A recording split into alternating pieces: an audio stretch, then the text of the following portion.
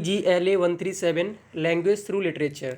ये हमारी बुक है इंग्लिश की जिसका टाइटल है लैंग्वेज थ्रू लिटरेचर, मतलब भाषा किससे, साहित्य से। साहित्य होता क्या है पहले हम समझते हैं, लिटरेचर होता क्या है। देखो हमने छोटे से बुक्स पढ़ी हैं। लैंग्वेज की दो टाइप की बुक होती थी, एक होती थी इंग्लिश ग्रामर की, एक होती थी इंग्लिश लिटरेचर की, या फिर हिंदी व्याकरण की, एक होती थी हिंदी साहित्य की। तो साहित्य होता क्या है, जिसमें आपको पोइट्री मिल जाती है, कविता मिल जाएगी, आपको कहानियाँ मिल जाएंगी, आपको ड्रामा मिल जाएंगे, आपको डायलॉग्स मिल जाएंगे, नरेशन मिल जाएगा। मतलब कोई ऐसी चीज़ जिसमें आपको कुछ सीखने को मिलता है। जैसे मान लो कि आपकी स्टोरी बुक हुआ करती थी इंग्लिश की, जिसमें स्टोरीज हुआ करती थी, उनके बेसिस पे आपसे क्वेश्चन पूछे जाते थे। उसमें आपका ग्रामर नहीं आता था, सिर्फ क्या होते थे, क्वेश्चंस आते थे। ठीक है, तो वो आपका लिटरेचर था। साहित्य मतलब होता है कि एक लिखा हुआ, किसी के द्वारा लिखा हुआ कोई भी चीज़। ठीक है, तो साहित्य से लैंग्वेज सीखेंगे कैसे, इस बुक में हम क्या करेंगे, साहित्य से लैंग्वेज सीखेंगे। देखो लैंग्वेज क्या होती है, जो हम बोलते हैं। जैसे मान लो कि अगर आप इंग्लिश में बोल रहे हो तो इंग्लिश लैंग्वेज है, अगर आप हिंदी में बोल रहे हो तो वो हिंदी लैंग्वेज है। मतलब अपने थॉट्स, अपने आइडियाज़, अपने विचारों को प्रकट करने का जो जरिया होता है उसे हम लैंग्वेज बोलते हैं। ठीक है, बहुत सारी लैंग्वेज हैं, आपको उसके बारे में पता ही है। तो लैंग्वेज का एक हिस्सा होता है साहित्य। जैसे अगर आप बात करें इंग्लिश लैंग्वेज का तो इसका होगा इंग्लिश लिटरेचर। अगर कोई बुक हिंदी में कोई स्टोरी है तो वो हिंदी लिटरेचर है। ठीक है, हिंदी साहित्य का हिस्सा है। अगर कोई इंग्लिश में स्टोरी है तो वो इंग्लिश साहित्य का हिस्सा है। तो साहित्य आई थिंक समझ में आ गया होगा। तो इसमें क्या होता है, जैसे साहित्य होता है ना, उसमें वर्ड्स जो होते हैं उसको थोड़ा सा मसाला, मतलब मसाला लगा के लिखा जाता है। ठीक है, जैसे मान लो कि इसमें किसी की तुलना की जाए तो उसमें मसाला, पोएम में क्या होता है, हम जब पोएम पढ़ते हैं तो उसमें कहीं देखा होगा उसको समझना पड़ता है। समझना क्यों पड़ता है कि कोई और शब्द किसी और चीज़ के लिए वहाँ पे दर्शाया जाता है। ठीक है, तो इसलिए हम क्या करते हैं, जैसे फूल सा कोमल, या फिर चांद जैसा सुंदर, ऐसे जो वर्ड्स आते हैं हम तुलना करते हैं किसी और से, तो वो सब पोएटिक डिवाइस होते हैं, हम आगे पढ़ेंगे। तो लिटरेचर में जो शब्द होते हैं उनका यूज़ करके हम भाषा को एक अच्छा और प्रभावित बना सकते हैं, इम्प्रेसिव बना सकते हैं। इसलिए इस बुक का मकसद यही है कि भाषा आपकी तब अच्छी होगी जब आपको शब्दों का ज्ञान होगा। और शब्दों का ज्ञान होना मतलब एक शब्द से बहुत सारे आप सेंटेंस बोल सकते हो। ठीक है, मतलब एक वर्ड इंग्लिश या हिंदी का बहुत सारी जगह यूज़ हो सकता है अगर आपको यूज़ करना आता हो। तो हम इसमें वही सीखेंगे। तो पहला हमारा language can be simply define as the study of sounds, words and sentences. मतलब किसी भी आवाज़ को, शब्द को या वाक्य को पढ़ने का जो ज़रिया होता है, डिफाइन करने का ज़रिया होता है, उसे हम भाषा कहते हैं। ठीक है, जो आपके साउंड्स हैं, ठीक है, या फिर आपके जो शब्द हैं या सेंटेंस हैं, उनको जो स्टडी करने का ज़रिया होता है वो लैंग्वेज होता है। ठीक है, सिंपल है कि जो हम बातचीत करते हैं वो सब लैंग्वेज में आता है भाषा। चाहे अपनी डेली लाइफ में बातचीत हो, चाहे अपने दोस्त से कर रहे हो, किसी से बातचीत कर रहे हो, भाषा में आएगा। अब आते हैं लिटरेचर पे। Literature is the study of written works. जो लिखा हुआ होता है, जिसे हम लिखते हैं और पढ़ते हैं, उसे हम बोलते हैं लिटरेचर। अब ज़रूरी नहीं है कि लिखा हुआ ही लिटरेचर होता है, जैसे न्यूज़पेपर हो गया वो लिटरेचर नहीं है। ठीक है, लिटरेचर में मतलब एक कला को दर्शाता है। ये क्या करता है, कला को दर्शाता है। जैसे मान लो कि मुझे लिखना आता है, स्टोरीज लिखना आता है, तो मैं स्टोरी अपनी लिख के जब पब्लिश कराऊंगा तो वो लिटरेचर हो जाएगा, साहित्य हो जाएगा। तो मेरी वो कला है स्टोरी लिखना। किसी को कविता लिखना आता है तो कविता क्या है, एक साहित्य है, तो वो लिटरेचर हो गया क्योंकि वो उसकी कला है। किसी को ड्रामा लिखना आता है तो ड्रामा क्या है, साहित्य है, क्योंकि वो उसकी कला है। ये क्या करता है, कला को दर्शाता है। आगे देखते हैं। भाषा कम्युनिकेशन या एक्सप्रेशन का ऐसा फॉर्म होती है जिससे हम इंफॉर्मेशन, थॉट, फीलिंग्स को शेयर करते हैं।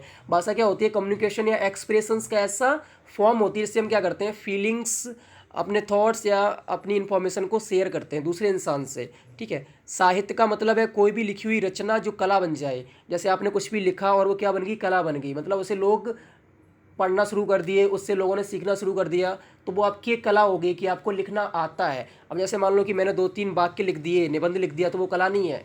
उस निबंध को जब लोग अच्छे से पढ़ेंगे, उससे इम्प्रेस होंगे, तो वो कला बन जाएगी। जब आपका निबंध किसी किताब में छपेगा या आपकी पूरी निबंध की एक बुक छप जाएगी तो वो साहित्य बन जाएगा। ठीक है, तो साहित्य आप धीरे धीरे समझ जाओगे साहित्य होता क्या है। आगे पढ़ते हैं। साहित्य लिखित या मौखिक रचना होती है जो कि किसी विशेष टॉपिक पर या शीर्षक पर होती है। साहित्य को क्या होता है, लिखित या मौखिक रचना होती है जो कि किसी विशेष, मतलब स्पेसिफिक या इम्पोर्टेंट टॉपिक पे या शीर्षक पे होती है। ठीक है, जैसे मान लो कि कोई टॉपिक है करप्शन पे, आपने क्या किया, पूरी एक बुक लिख डाली करप्शन पे, तो वो एक साहित्य हो गया। आपने क्या किया, नरेंद्र मोदी जी के ऊपर पूरी बुक लिख दी, तो वो एक साहित्य हो गया। आपने क्या किया, इग्नू स्कूल के ऊपर आपने एक पूरी बुक लिख दी, तो वो क्या हो जाएगा, साहित्य हो जाएगा। ठीक है, अगर आप 1-2 पेज लिख रहे हो तो वो साहित्य नहीं है। आई थिंक आप लोग समझ रहे होंगे साहित्य होता क्या है। तो लैंग्वेज को दो भागों में बांटा जाता है, एक होता है नॉन लिटरेरी, एक होता है लिटरेरी। देखो लिटरेरी आपका वर्ड लिटरेचर से है, नॉन लगा है तो मतलब नॉन लिटरेचर, जो साहित्य नहीं है, जिसे हम बोलते हैं गैर साहित्यिक। और लिटरेरी होता है साहित्यिक, मतलब जहाँ पे लिटरेचर नहीं है वो नॉन लिटरेरी, और जहाँ पे लिटरेचर है वो लिटरेरी। जो डे टू डे लाइफ में बातें करते हैं वो नॉन लिटरेरी लैंग्वेज होती है। जो आप डेली लाइफ में बातें करते हो, आप वहाँ पर वर्ड्स का मायने नहीं रखते आप क्या बोल रहे हो, ठीक है। आप कहीं पे यार बोल देते हो, कहीं पे दोस्त बोल देते हो, कहीं पे यार तू मेरा दोस्त नहीं है, मतलब कुछ भी आप बोलते हो अपने वर्ड्स, तो वो साहित्यिक नहीं है। जब साहित्य की बात करोगे आप, तो उसमें प्रॉपर वर्ड्स का यूज़ होता है जिससे कि लोगों पर इंप्रेशन पड़े। तो जब आप डेली लाइफ में या डे टू डे लाइफ में जो बातें बोलते हैं वो साहित्यिक नहीं होती हैं, वो गैर साहित्यिक होती हैं। जबकि लिटरेरी लैंग्वेज को हम डे टू डे लाइफ में उपयोग नहीं करते। जो लिटरेरी लैंग्वेज होती है उसको हम डे टू डे लाइफ में उपयोग नहीं करते। उसका उपयोग कब करते हैं, जब हम किसी को अपनी बुक लिखनी होती है या बात किसी को बतानी होती है। जैसे आप कहीं पर आर्टिकल लिख रहे हो तो वहाँ पे आप लिटरेरी लैंग्वेज का यूज़ करोगे। कहीं आप कोई डॉक्यूमेंट्स प्रेजेंट कर रहे हो तो वहाँ पे आप लिटरेरी लैंग्वेज का यूज़ करोगे। कोई आप बड़ा सा ऐसे लिख रहे हो तो उसमें आप लिटरेरी लैंग्वेज का यूज़ करोगे। ऐसे वर्ड यूज़ करोगे जो आपका इंप्रेशन किसी और पर छोड़ें। या कहीं आप ड्रामा लिख रहे हो या किसी की स्क्रिप्ट लिख रहे हो किसी पिक्चर की, तो वहाँ पे आप लिटरेरी लैंग्वेज का यूज़ करोगे। तो लिटरेरी लैंग्वेज मतलब drama, novels, stories, poem etcetera. तो लिटरेरी लैंग्वेज आप समझ चुके हो कि ड्रामा जो आप पढ़ते हो, नॉवेल्स पढ़ते हो, स्टोरीज पढ़ते हो या पोएम्स पढ़ते हो, वो सब लिटरेरी लैंग्वेज में आता है। Language as a medium of communication functions mainly through two modes. जो लैंग्वेज होता है कम्युनिकेशन का एक मीडियम होता है, ठीक है। ये दो मोड से ही फंक्शन करता है, एक होता है स्पोकन, एक होता है रिटन। स्पोकन से आप समझ गए होगे कि जो मौखिक बोलकर करते हैं, एक होता है रिटन मतलब जो लिखकर करते हैं। तो स्पोकन में आ जाता है स्पीच, जब भी जो भी हम बात बोलते हैं वो स्पीच का एक पार्ट होता है। और एक होता है राइटिंग। तो राइटिंग और स्पीच, इन दोनों का डिफरेंस देखेंगे। We speak and listen to speech. हम क्या करते हैं, बोलते हैं और सुनते हैं, किसको, स्पीच को देने के लिए। बी स्पीक एंड लिसन, हमको क्या करना पड़ता है, बोलना पड़ता है, सुनना पड़ता है। जैसे मान लो एक इंसान बोल रहा है तो दूसरा सुनेगा, दूसरा बोल रहा है तो पहला सुनेगा। राइटिंग में क्या होता है, we write and read what is written. जो लिख रहा है वो राइट करता है, जो पढ़ रहा है उसे रीड करना पड़ेगा। तो राइटिंग में क्या होता है, आपको राइट एंड रीड करना पड़ता है। दूसरा पॉइंट है vocal and auditory system are used. Auditory का मतलब है हियरिंग, सुनना, और वोकल मीन्स होता है बोलना। स्पीच में आपको वोकल मतलब गले का यूज़ करना पड़ेगा और कानों का यूज़ करना पड़ेगा। जबकि राइटिंग में आपकी विजुअल कैपेसिटी मतलब आँखों का जो देखना, क्योंकि आपको पढ़ना है उसको, ठीक है। तो आपकी जो विजुअल कैपेसिटी है वो तेज चाहिए। समझ में आ रहा है। तीसरा पॉइंट है speech can't be presented as record. जो स्पीच होती है वो हम रिकॉर्डेड प्रेजेंट नहीं कर सकते जब तक कि आपने वीडियो रिकॉर्ड या ऑडियो रिकॉर्ड ना की हो, रिकॉर्डिंग सिस्टम ना यूज़ किया हो। और राइटिंग में होता है कि इसको हम प्रेजेंट कर सकते हैं एज अ रिकॉर्ड, ठीक है। चौथा पॉइंट है speech has different degrees of possesses. जब हम कोई बात बोलते हैं, स्पीच करते हैं, तो जहाँ पे पॉज लेना चाहिए वहाँ पे हम लेते हैं। जैसे हमने सेंटेंस एंड किया वहाँ पे हम पॉज लेते हैं, फिर दूसरा सेंटेंस स्टार्ट करते हैं, कहीं पे थोड़ा पॉज लेते हैं, कहीं पे ज़्यादा पॉज लेते हैं, ठीक है। राइटिंग में क्या होता है, जो पॉसेस होते हैं उनको एक अलग दिया, कहीं कॉमा होता है, फुल स्टॉप होता है। कॉमा पे हम थोड़ा पॉज लेते हैं, फुल स्टॉप पे थोड़ा ज़्यादा पॉज लेते हैं। तो writing explore punctuation to give a rhythm of language. Writing क्या करता है कि लैंग्वेज को पंक्चुएशन मार्क से रिदम देता है, ठीक है। ये डिफरेंस हो गया। अगला है speaker and hearer are generally close and here there is greater integration between the to.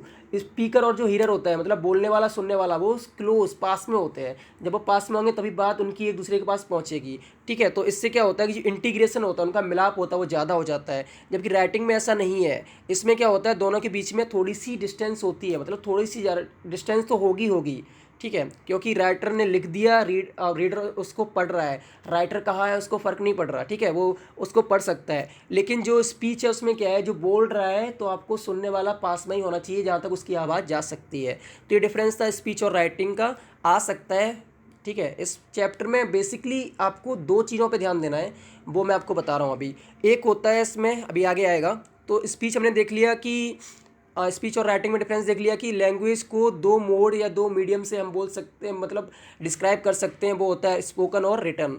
अब आते हैं speech are of two type, दो टाइप की होती हैं। एक होता है डायरेक्ट स्पीच और दूसरा होता है इनडायरेक्ट स्पीच। हमने पहले पढ़ा होगा डायरेक्ट स्पीच और इनडायरेक्ट स्पीच ग्रामर का पार्ट है, ठीक है। इसको समझते हैं एक एग्जाम्पल से। जैसे मान लो कि मैंने आपसे कहा कि मैं पढ़ रहा हूँ, मैंने बोला कि मैं पढ़ रहा हूँ। अब मेरी बात किसी और ने पूछा कि संदीप क्या कर रहा है, आपने बोला कि उसने कहा, संदीप ने कहा कि वह पढ़ रहा है, तो आप कैसे बोलोगे? आप वहाँ पे मैं नहीं लगाओगे, क्योंकि मैं पढ़ रहा हूँ स्टेटमेंट किसका था? मेरा था। अब मेरी बात कोई दूसरा बंदा किसी और को बता रहा है, तीसरे बंदे को, तो बोलेगा कि संदीप ने कहा कि वह पढ़ रहा है। ठीक है, तो वहाँ पे क्या हुआ कि मैं का वह हो गया, पढ़ रहा हूँ का पढ़ रहा है। ठीक है, और ये जो होता है, मतलब जब कोई आप सामने बात कर रहे हो तो डायरेक्ट स्पीच हो गई, और अगर वही बात कोई दूसरा किसी और को बता रहा है तो वो क्या हो गई? इनडायरेक्ट स्पीच हो गई। इसको और एक एग्जांपल लेते हैं। राम और श्याम और मोहन 3 दोस्त हैं। ठीक है, राम ने श्याम से कहा कि उसकी शादी होने वाली है। राम ने श्याम से कहा कि उसकी शादी होने वाली है। अब वही श्याम ने बात कही रोहन से। अब वो कैसे कहेगा? राम ने कहा है कि उसकी शादी होने वाली है। ठीक है, थोड़ा सा मिस्टेक हो गया यहाँ पे। राम श्याम से बोला, स्टेटमेंट क्या होगा राम का? कि मेरी शादी होने वाली है। राम क्या बोलेगा? मेरी शादी होने वाली है। राम ने कहा श्याम से मेरी शादी होने वाली है। श्याम ने जाके रोहन से कहा, क्या कहेगा? कि भाई राम ने कहा है कि उसकी शादी होने वाली है। ठीक है, तो जो पहला था मेरी शादी होने वाली है, वो राम के सीधे वर्ड्स थे किसको? श्याम को। अब श्याम ने उसको बोला उसकी शादी होने वाली है, तो वो श्याम ने उसकी बात को इनडायरेक्टली रोहन को बोला है। तो ये होता है डिफरेंस डायरेक्ट और इनडायरेक्ट स्पीच में। टाइम मिलेगा तो मैं आगे इसके ऊपर वीडियो बनाऊंगा क्योंकि इंपॉर्टेंट है। इन novels third variety of speech free indirect discourse, FID, इसका थोड़ा सा याद रखना है। FID क्या होता है? Free indirect discourse. देखो अब ये 2 टाइप की होगी, डायरेक्ट और इनडायरेक्ट। नॉवेल्स में क्या होता है, आपको तीसरा टाइप का वैरायटी भी कभी कभी देखने को मिलता है, जिसमें इनडायरेक्ट और डायरेक्ट दोनों को मिक्स करके दर्शाया जाता है। ठीक है, तो FID is the combination of both direct speech and indirect speech. Direct और इनडायरेक्ट स्पीच का जो कॉम्बिनेशन होता है, मिलाकर जो स्पीच बनाई जाती है, वो होती है FID। तो ये आपको क्लियर हो चुका होगा। अब जो इम्पॉर्टेंट है, जो हमारी 2 यूनिट में सबसे इम्पॉर्टेंट है बात, वो अब स्टार्ट होगी। एक होता है लिटरल वर्सेस मेटाफॉरिक मीनिंग। अब इसको समझ लो। लिटरल मीन्स होता है, देखो लिटरल मतलब लिटरेचर, ठीक है, और मेटाफॉरिकल क्या होता है इसको समझेंगे। In English a word is used in more than one sense of meaning. एक इंग्लिश भाषा में, किसी भी भाषा में एक शब्द को बहुत सारी मीनिंग में दर्शाया जाता है। ठीक है, जैसे मैंने बोला कि I have a book, I have a book, मेरे पास एक किताब है। अब मैंने बोला कि प्लीज़ बुक माई टिकट, मैंने वहाँ पे क्या बोला? प्लीज़ बुक माई टिकट, मतलब मेरी टिकट बुक कर देना। तो अब ये बुक एक किताब को दर्शा रही है, और एक बुक क्या कर रही है? किसी चीज़ को रिजर्व करने को दर्शा रही है। तो दोनों बुक BOOK है, मीनिंग सेम है, लेकिन उनका सेंस अलग है। तो इंग्लिश में क्या होता है, किसी भाषा में एक शब्द के बहुत सारे मीनिंग होते हैं, सेंस होते हैं। ठीक है, जो ओरिजिनल सेंस होता है, बुक मीन्स होता है किताब, जो ओरिजिनल सेंस होता है वो होता है लिटरल, और जो उसको चेंज करके किया जाता है वो होता है एक्सटेंडेड। ध्यान रखना, जो ओरिजिनल सेंस है वो क्या है? लिटरल, और जो चेंज करके किया जाता है वो होता है एक्सटेंडेड। समझ में आ रहा है? नहीं आया समझ में? चलो इसको और से समझते हैं। आइस इज कोल्ड, हमने क्या बोला? आइस इज कोल्ड मतलब बर्फ़ ठंडी है। तो जो कोल्ड है वो क्या कर रहा है? आइस को दर्शा रहा है, और आइस कैसी है? ठंडी है। तो ये लिटरल है, ये क्या है? लिटरल है। ठीक है, अब आपने बोला कि Ram is cold as ice, आपने बोला Ram is cold as ice, मतलब राम बर्फ की तरह ठंडा है। अब राम को टच करोगे तो ठंडा तो नहीं है ना, वो राम को टच कर रहे हो आप, ठंडा तो नहीं है। लेकिन राम कैसा है? As cold as ice. क्यों बोला गया? क्योंकि वो गुस्सा नहीं होता, उसके अंदर गुस्सा नहीं आता, वो शांत रहता, इसलिए हमने क्या वर्ड यूज़ किया? Ram is as cold as ice, मतलब राम बर्फ़ की तरह ठंडा है। तो वो ठंडा नहीं है भाई बर्फ़ की तरह, क्या उसमें -0 डिग्री सेल्सियस नहीं है, आदमी मर जाता है इतने में। ठीक है, तो वो क्या है कि बर्फ़ की तरह ठंडा है, उसका स्वभाव कैसा है? शांत है। तो हमने वहाँ पे वर्ड यूज़ किया। जो दूसरा था Ram is as cold as ice, वो एक्सटेंडेड है, और जो पहला था आइस इज़ कोल्ड, वो क्या है? लिटरल है। आई थिंक आपको समझ में आ रहा होगा। जो original sense in which a word is used is called literal meaning. Example, a dog is man's best friend, कुत्ता इंसान का सबसे अच्छा दोस्त होता है। भाई सिंपल बात है, कुत्ता होता है दोस्त, इसमें कोई अलग मीनिंग नहीं आया। पर जब किसी इंसान को कुत्ता बताया जाए, जब हम कोई इंसान ऐसा होता है कि जिसके जो थोड़ा सा अजीब टाइप का होता है, तो उसे हम कुत्ता बोल देते हैं। जैसे व्हाई आर यू शाउटिंग, तुम क्यों चिल्ला रहे हो? आर यू अ डॉग, कुत्ता हो क्या? तुम क्यों चिल्ला रहे हो, कुत्ता हो क्या? हम ऐसे बोल देते हैं। तो वहाँ पे जो डॉग आया वो किसके लिए आया? इंसान के लिए। क्या वो कुत्ता है? उसकी पूंछ है या वो भौंकता है? नहीं ना। लेकिन हमने उसके लिए क्यों यूज़ किया? क्योंकि वो चिल्ला रहा है, बेवजह चिल्ला रहा है। जैसे कुत्ते भौंकते हैं ना बेवजह, वैसे वो चिल्ला रहा है, इसलिए हमने क्या किया? उसको कुत्ते की कैटेगरी में यूज़ किया। तो यहाँ पे एक्सटेंडेड सेंस होता है। ठीक है, जब किसी एक वस्तु की दूसरी वस्तु से पूरी तरह समानता की जाती है। जैसे मान लो कि वस्तु है, आपने क्या किया? उसको दूसरी वस्तु से समानता कर दी। इसको समझते हैं कि यू आर अ गोल्ड, तुम एक सोना हो, यार तुम हीरा हो। तो हमने क्या किया कि तुम्हारी कल्पना किससे की? हीरा से, पूरी तरह। तुम हीरा हो, मैंने ये नहीं बोला तुम हीरे जैसे हो, तुम हीरा हो, मैंने पूरी कल्पना कर दी, पूरी समानता कर दी हीरे की तरह की, तुम हीरा ही हो भाई, हीरा से कम नहीं हो, बिल्कुल हीरा हो। तो वहाँ पे क्या हुआ कि मैंने पूरी समानता कर दी, तो वो होता है मेटाफोर। ध्यान रखना, वो क्या होता है? मेटाफोर। हिंदी में बोलते हैं इसे रूपक, और ये होता है अलंकार। अलंकार क्या होते हैं? अलंकार भाषा को सजाते हैं, ठीक है। तो मेटाफोर होता है, मेटाफोर को हिंदी में बोलते हैं रूपक।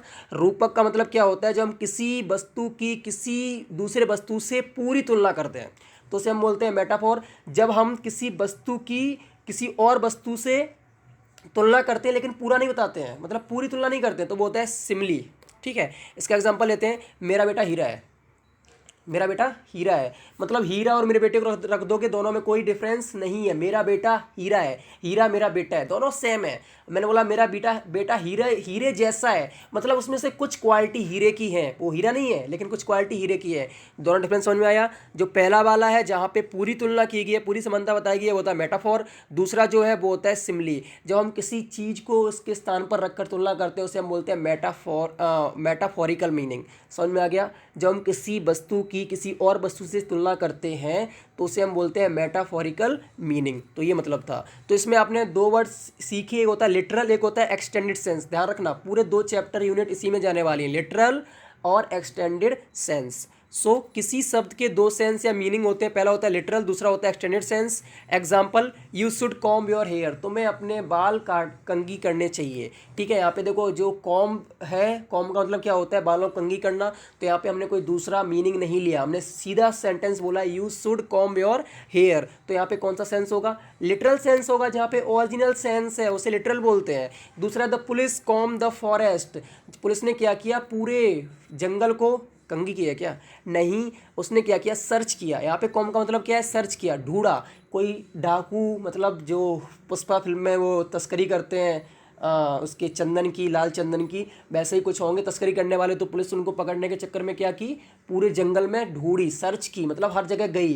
तो उसे हमने क्या वर्ड दे दिया? कॉम्ब करना, कॉम्ब्ड द फॉरेस्ट। तो यहाँ पे उसने कंघी नहीं किया जंगल में, क्या किया? सर्च किया है। तो हमने क्या किया कि जो कॉम्ब वर्ड है उसको सर्च वर्ड की जगह पे यूज़ किया है, ठीक है। तो ये क्या हो जाएगा? एक एक्सटेंडेड सेंस हो जाएगा। आई थिंक आपको समझ में आ रहा है। चलो प्रैक्टिस करते हैं इसकी।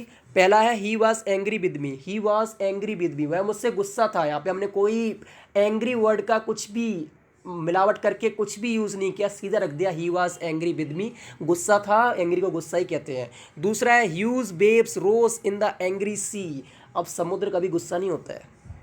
एंग्री सी मतलब गुस्सीला समुद्र, समुद्र का भी गुस्सा नहीं होता है, लेकिन जब उसकी वेव्स, जो उसकी लहरें हैं वो बहुत लंबी आती हैं तो हमें लगता है कि समुद्र गुस्से में है और वो अपना गुस्सा दिखा रहा है। तो हमने यहाँ पे गुस्सा, एंग्री वर्ड को चेंज करके एक्सटेंडेड सेंस में डाला, तो ये हो जाएगा एक्सटेंडेड सेंस। तीसरा है they fired at the house, उन्होंने हाउस पर फायरिंग की, मतलब वहाँ पे गोलीबाजी की। The bullets buried themselves in the walls, जो बुलेट होती है, जो बंदूक के अंदर की गोली होती है, उसने क्या किया? दीवार में जाके बरीड मीन्स दफन हो गई। अब देखो, जब फायर की तो बुलेट्स हाउस को क्रॉस नहीं कर पाई, तो उसमें दफन हो गई। तो जो बरीड वर्ड उसका मतलब होता है दफन करना, लेकिन उसने क्या यूज़ किया? बुलेट्स दफन हो गई। बुलेट्स दफन नहीं हुई है, बुलेट्स उसे पार नहीं कर पाए, उस दीवार के अंदर है, और उस अंदर को वर्ड को क्या दे दिया? बरीड कर दिया, मतलब दफन कर दिया। तो यहाँ पे कौन सा होगा?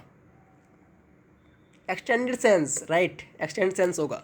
चौथा है his body was buried at the foot of the orchard, मतलब जो उसका शरीर था, ठीक है, जो उसका शरीर था मरने के बाद ऑर्चर्ड पेड़ होता है उसके नीचे दबा दिया गया, दफना दिया गया। तो यहाँ पे उसका सेंस चेंज नहीं हुआ है, शरीर को ही दफनाया जाता है, दफनाना मतलब होता है वरीड, तो बरीड का यहाँ पे चेंज नहीं हुआ है, तो ये कौन सा होगा? Literal sense. आई थिंक आपको ये समझ में आ रहा है।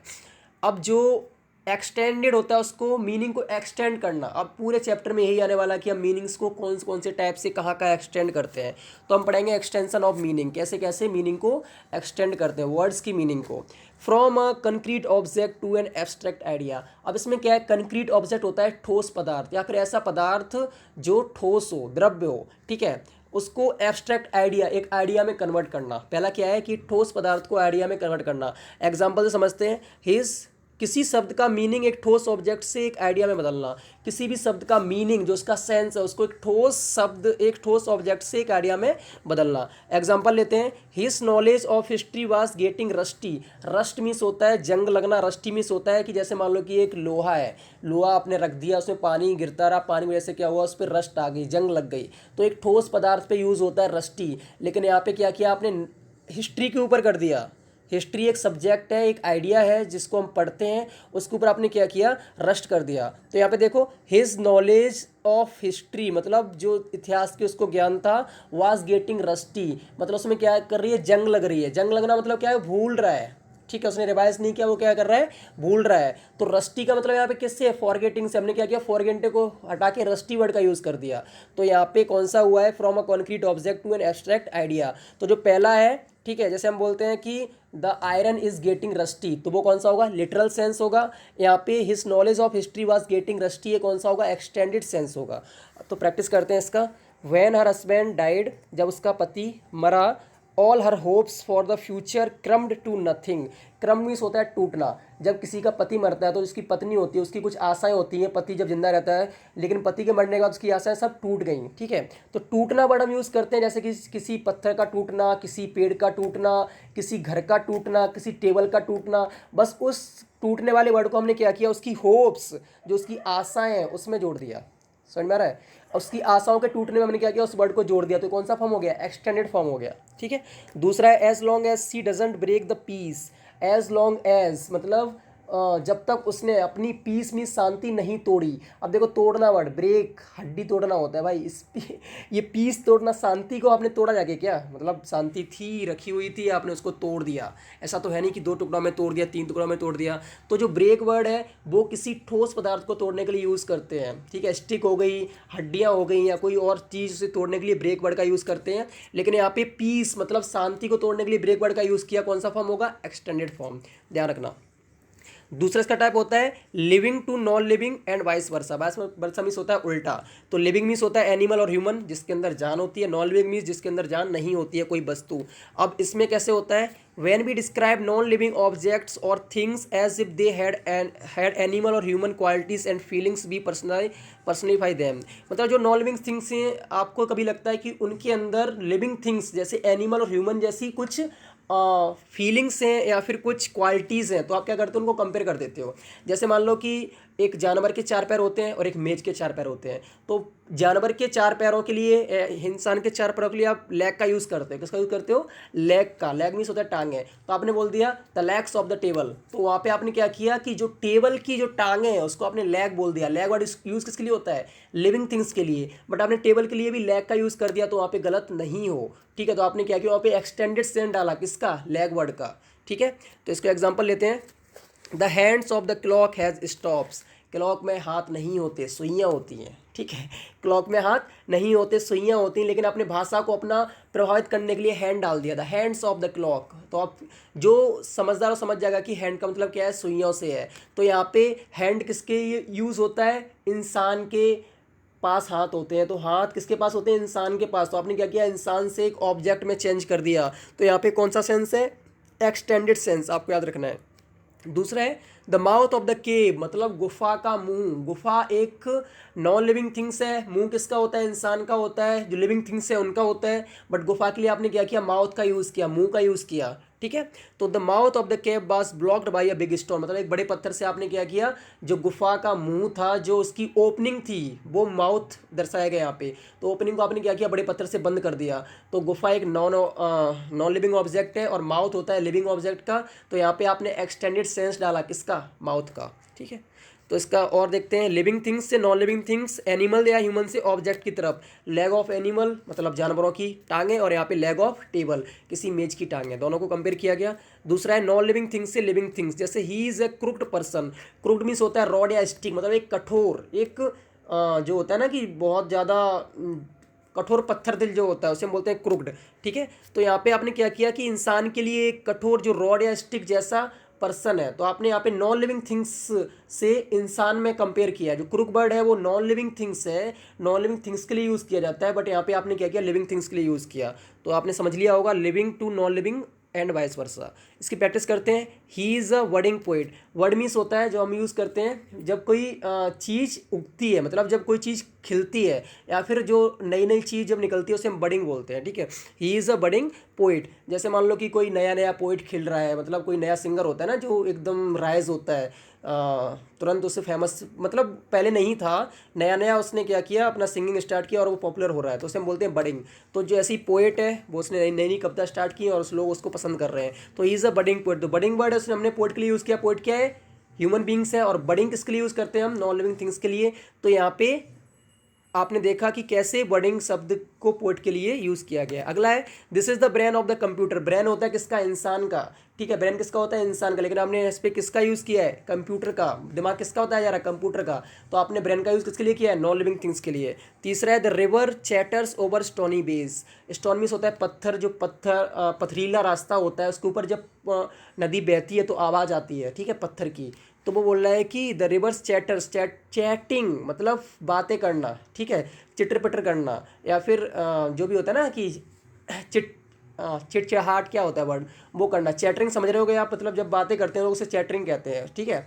तो जब नदी पत्थरों के ऊपर से चलती है तो वो आवाज़ करती है जैसे कोई बातें कर रहा हो। तो देखो बातें कौन करता है? इंसान करते हैं, ठीक है। लेकिन यहाँ पे नदी के लिए भी क्या किया गया? चैटर का यूज़ किया गया। तो यहाँ पे समझ जाओगे कि यहाँ पे कौन सा सेंस है? एक्सटेंडेड सेंस है। क्वेश्चन आपका लिटरल सेंस है एक्सटेंडेड सेंस को पहचानने में आएगा, ध्यान रखना। यूनिट बने में और कुछ नहीं है। और समझो तीसरा है animal to human and vice versa. अब क्या है? एनिमल से ह्यूमन के लिए। पहले था एनिमल और ह्यूमन से लेकर वस्तुओं के लिए, अब है एनिमल से ह्यूमन के लिए। इसका सिंपल एग्जांपल, जैसे हम किसी इंसान की क्वालिटीज़ को देख के उसको बोल देते हैं। जैसे मान लो कोई स्ट्रांग है तो हम बोलते हैं यार शेर है। तो आपने क्या किया? उसको शेर से कंपेयर कर दिया, उसको शेर बता दिया। तो वहाँ पे जो शेर वर्ड था वो यूज़ होता है एनिमल के लिए, लेकिन आपने क्या किया? उस इंसान के लिए यूज़ कर दिया। जैसे देखते हैं he is a real chameleon. Chameleon word होता है गिरगिट, जो क्या करता है कि रंग को देखकर रंग बदलता है, रंग की तरह से, मतलब देख के रंग बदलता है, तो उसे गिरगिट बोलते हैं। तो क्या बोला जा रहा है कि ही कौन है? ह्यूमन। ही किस लिए यूज़ करते हैं? ह्यूमन के लिए। तो एक इंसान है या कोई लड़का है, कोई भी हो सकता है, ठीक है, एक जेंट है, एक मेल है, तो उसके लिए ही यूज़ करते हैं। तो वो क्या है? एक चैमलियन है, मतलब गिरगिट, गिरगिट की तरह है। गिरगिट क्या करता है? रंग बदलता है, मतलब वो हमेशा कुछ ना कुछ रंग बदलता रहता है, कभी अच्छा होगा आपके लिए, कभी बुरा हो जाएगा। तो वहाँ पे क्या किया? उसको गिरगिट की जैसा दर्शाया गया है। तो यहाँ पे कौन सा फॉर्म है? एक्सटेंडेड फॉर्म है, ठीक है। चौथा होता है एक्सटेंशन ऑफ सेंसरी परसेप्शन। देखो सेंसरी में सेंस ऑफ जो हमारे अंदर ऑर्गन्स हैं वो आपको पता है। एक आँख होती है, नाक होती है, कान होता है, ठीक है, टंग होती है और स्किन होती है। 5 होते हैं सेंस ऑर्गन्स। तो जब इनके द्वारा कोई चीज़ एक्सटेंड की जाए वर्ड में तो हम उसे बोलते हैं extension of sensory. The extension of meaning में take place from one sensory, चाहे वो स्मेल से हो जाए, टच से हो जाए, टेस्ट से हो जाए, साउंड से हो जाए या साइट से हो जाए। साइट मीन्स देखना, साउंड मीन्स सुनना, टेस्ट मीन्स चखना, टच मीन्स छूना और स्मेल मीन्स सूंघना। तो इन सब से जब हो जाएगा तो वो हम क्या बोलते हैं? सेंसरी बोलते हैं। तो एग्जांपल लेते हैं the language of the eyes, मतलब आँखों की भाषा। अब देखो आँखों की कोई भाषा नहीं होती है, या कोई आँखों में कोई वर्णमाला होती है कि आ ई ई उसकी मीनिंग, उसकी मात्राएं होती है, ऐसा कुछ भी नहीं है। आँखों की भाषा मतलब आँखों के इशारे। तो आपने क्या किया कि आइज़ क्या एक सेंसरी है, ठीक है, सेंसरी ऑब्जेक्ट है, आपने उसको कंपेयर कर दिया किससे? लैंग्वेज से। तो यहाँ पे कौन सा फॉर्म है? एक्सटेंडेड फॉर्म है। इसके प्रोग्रेस चेक के लिए हम क्वेश्चंस करते हैं। The question touched her heart somewhere. कोई क्वेश्चन आपने पूछा, उसने क्या किया कि उसके दिल को छू लिया। तो दिल को छुआ नहीं जाके कि उससे वो क्वेश्चन गया, उसने दिल को छू लिया, जाके अपना हाथ बढ़ाया, दिल को छू लिया, ऐसा कुछ नहीं है। बस वो दिल को भा गया तो हमने उसमें बढ़ क्या यूज़ किया? टच का यूज़ किया। तो टच क्या एक सेंसरी वर्ड है, उसको हमने यूज़ किया किसके लिए? छूने के लिए, दिल को बहाने के लिए। तो यहाँ पे कौन सा फॉर्म है? एक्सटेंडेड सेंस है। दूसरा है his clothes are generally of a loud colour. Loud means क्या होता है? मतलब लाउड स्लो दो होते हैं। लाउड मीन्स यहाँ पे होगा डार्क कलर, मतलब जो क्लोथ्स हैं उसके वो कैसे हैं? डार्क कलर के हैं। तो हमने यहाँ पर डार्क एक डार्क कलर, कलर के लिए हमने क्या किया? लाउड। लाउड क्या होता है? साउंड होता है। तो सेंसरी वर्ड का यूज़ किया किसके लिए? क्लोथ्स के कलर के लिए। तो यहाँ पे एक्सटेंडेड फॉर्म है, ठीक है। अभी देखते हैं एक्सटेंशन बाय मैग्निफिकेशन। हमें एक्सटेंडेड फॉर्म देख रहे हैं, इसमें लिटरली फॉर्म नहीं आ रहा तो कंफ्यूजन मत हो। हम सिर्फ ये देख रहे हैं कि वर्ड्स को एक्सटेंड कैसे किया जाता है। तो एक्सटेंशन बाई मैग्नीफिकेशन, देखो मैग्नीफिकेशन आपको पता है कि मैग्नीफिकेशन मीन्स होता है किसी भी चीज़ को जूम करके देखना, मतलब उसको इनलार्ज करके देखना। तो यहाँ पे मतलब है बड़ाई से या तारीफ से, जब किसी भी चीज़ की आप इतनी उसकी तारीफ करते हो, उसकी वैल्यू बढ़ाने के लिए आप उसके बारे में कुछ ऐसे वर्ड्स बोलते हैं कि वो बहुत बड़ी हो जाती है, तो उसे हम बोलते हैं एक्सटेंशन बाई मैग्नीफिकेशंस। जब हम वर्ड की मीनिंग किसी ऑब्जेक्ट की तारीफ करने के लिए करते हैं, यह किसी चीज़ के महत्व को उजागर करने में मदद करता है। देखो ये मैग्नी जो एक्सटेंशन ये क्या करता है, किसी भी वस्तु के महत्व को, मतलब उसकी इंपॉर्टेंस को, उसकी वैल्यू को उजागर बढ़ाने में वो मदद करता है। ठीक है, जैसे मैं बोल दूं कि my son is bright, my son brighter like a sun, मतलब मेरा जो बेटा है वो सूरज की तरह चमकता है। ठीक है, तो मैंने क्या कि अपने बेटे की तारीफ की, किससे कंपेयर करके, सूरज से कंपेयर करके, तो मैंने क्या कि उसको मैग्निफिसेंट कर दिया, उसकी बढ़ावा कर दिया, तो वो हो जाता है एक्सटेंशन ऑफ बाई मैग्निफिसेंट। यहाँ पे हम देखते हैं एग्जांपल, आई अडोर आइसक्रीम, उसको आइसक्रीम पसंद है, लेकिन उसने क्या किया कि अडोर मीन्स होता है वर्शिप करना, भगवान की तरह पूजना, तो वो बोल रहा है कि मैं आइसक्रीम को पूजता हूँ, तो उसमें कुछ मतलब हंसी वाले भी वर्ड्स आते हैं। ठीक है, तो इसने क्या किया कि आइसक्रीम उससे पसंद थी, बट उसने क्या बोल दिया, आई अडोर आइसक्रीम, मैं आइसक्रीम को पूजता हूँ। कहने का मतलब उसका यही है कि पूजना मतलब बहुत ज़्यादा लाइक करता है।